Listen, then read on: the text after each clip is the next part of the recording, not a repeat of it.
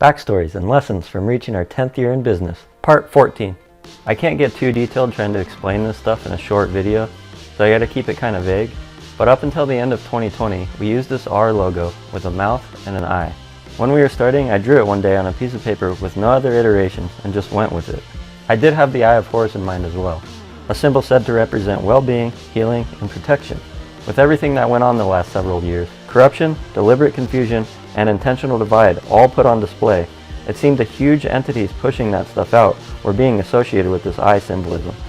Whether there's really any connection between the two or not, I have no clue, but it's definitely been a hot topic the last several years, and I was over trying to figure it out.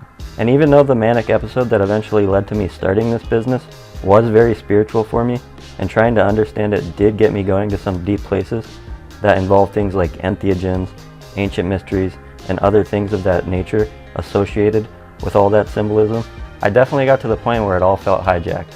So I figured getting rid of the symbolism and just not playing around with any of that stuff was the best thing to do. So I drew up our new, simpler, cleaner R logo and replaced the eye with a leaf. I just had people over my house yesterday, and I'm showing them all I'm like, listen, I don't know where to start. I'm like, let me just show you some pictures.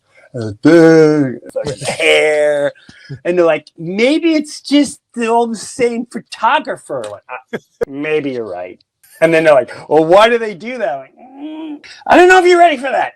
But that's another whole topic. We'll get into another time. Help us spread the word. Share this video with your friends and family, and follow along for more backstories.